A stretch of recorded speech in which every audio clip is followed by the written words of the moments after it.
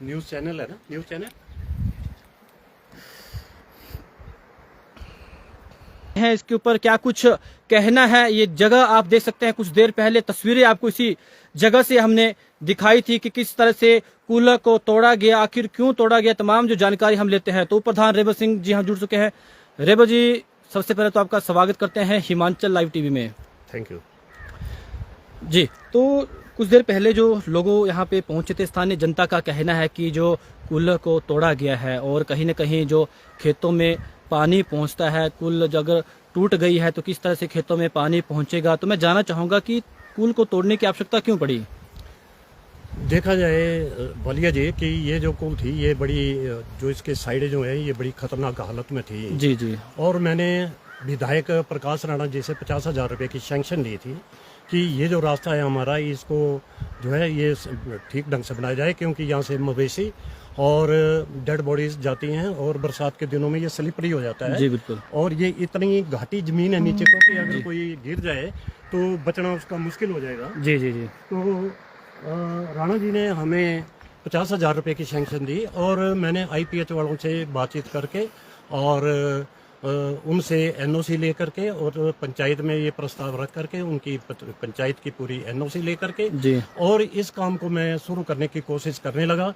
तो उसमें जो हमारे टेक्निकल जेई थे उन्होंने ये बताया कि ये जो 16 इंच का पाइप है जिसका डाया 16 इंच का है वो इसके बीच में नहीं आ सकता है। तो हमें एक साइड से जी। ये जो पुल है इसका एक साइड का RCC तोड़ना पड़ेगा और तब हमें जा करके ये पाइप बिछाने होंगे। जी। लेकिन हुआ क्या कि पाइप भी हमने 15 पाइप यहाँ पर वो जो थे बंदोबस्त कर दिया, पाइप यहाँ पे डाल दिए गए। जी जी। और टीम भी यहाँ पर वेल्डिंग वाली आ गई थी। लेकिन इसके बीच में गांव वाले 2-4 बुद्धिजीवी जो थे वो लोग आए, उन्होंने मुझे सजेस्ट किया कि प्रधान जी ऐसा होगा कि अगर इसमें पाइप डाल दिए जाएंगे तो इसकी एकदम ये सिधाई पे है ये जो पुल है, तो जो सिलट पीछे से आएगी वो सिलट जो है वो पाइपों के अंदर जाम हो जाएगी और आगे कुछ दिनों के बाद जो है पुल जो है चल नहीं पाएगी। तो मैंने भी सोचा कि बात तो ठीक है, अगर गांव वालों का इसमें नुकसान हो रहा है, आगे पुल नहीं जाएगी तो मुश्किल हो जाएगी।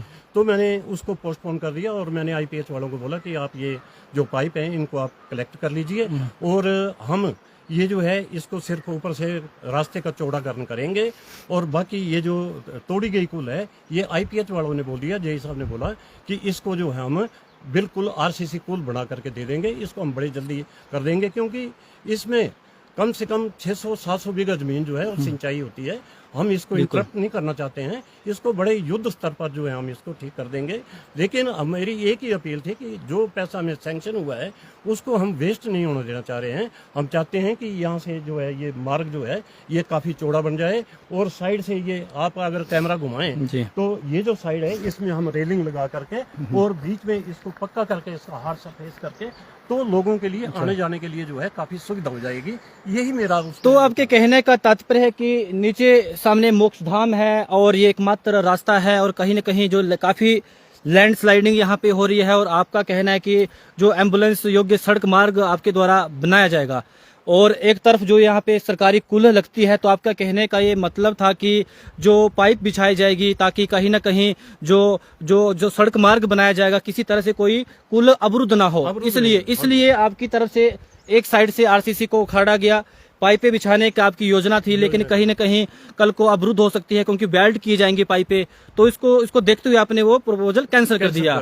और आपका कहने का मतलब ये है कि जो तोड़ा गया है, जो RCC तोड़ा गया है, जो उखाड़े गए यहाँ पे कुल, तो उसको जल्द ही इसे बनाया जाएगा नए सिरे से, जैसा था वैसा किया जाएगा। और लोगों का जो कहना है कि सिंचाई जो अवरुद्ध हो जाएगी, सिंचाई हम कैसे करेंगे, तो वो किसी तरह से कोई बाधा नहीं आएगी।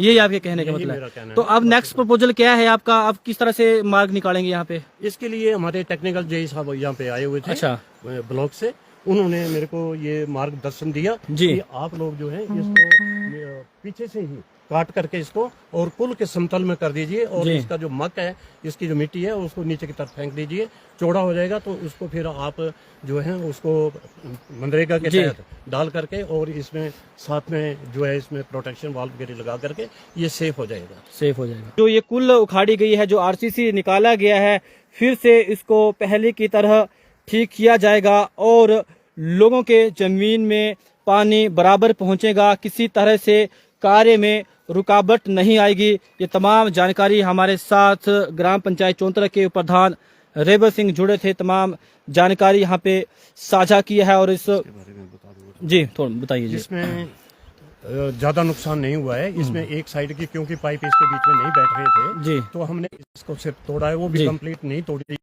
उसको कोई नुकसान नहीं हुआ है। एक साइड नहीं वो हुआ। तो पाइप की वजह से हम एक साइड में, क्योंकि उसमें पाइप फिट नहीं हो रहे थे। लेकिन लोगों का जब उन्होंने सलाह दी कि ऐसे ही ये पाइप में सिल्ट जमा हो जाएगी तो बड़ा मुश्किल हो जाएगा बाद जी में, जी जी जी तो हमने उसको कैंसिल करके, और ये जो IPH वालों ने बोले, जय साहब उधर आए हुए थे, उन्होंने बोला हम इसको बड़े जल्दी बना करके तैयार करके दे देंगे। जी जी।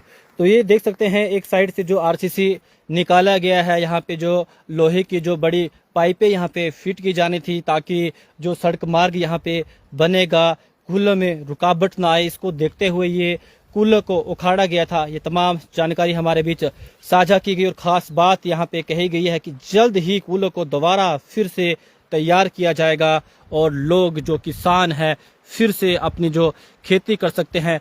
पानी में किसी तरह की कोई रुकावट नहीं आएगी, कूल्हे को बुरी तरह से जो दुरुस्त किया जाएगा। जी प्रधान जी, यही है। ठीक है, बहुत बहुत धन्यवाद बालिया जी जी आपके चैनल। जी।